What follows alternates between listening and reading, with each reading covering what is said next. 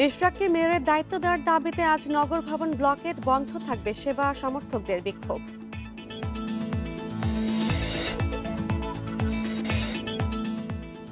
আন্দোলন করা শিক্ষার্থীর নামেও জুলাই আগস্টের মামলা, পরস্পরকে চেনেন না বাদী আসামি।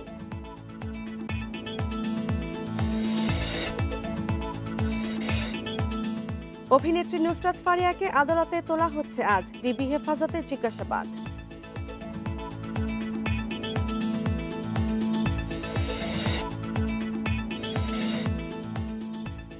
রাজধানীর ভাষণ থেকে শ্যামলপল্লী বস্তির আগুন 2 ঘন্টায় নিয়ন্ত্রণে, পুড়ে গেছে শতাধিক ঘর।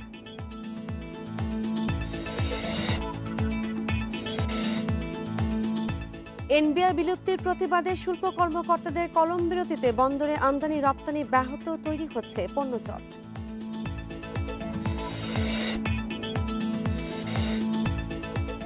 আগামী 2 মাসের মধ্যে মেট্রো রেল স্টেশনে চালু হচ্ছে বিপণী বিতান, থাকছে ব্যাংক ব্যবস্থাও।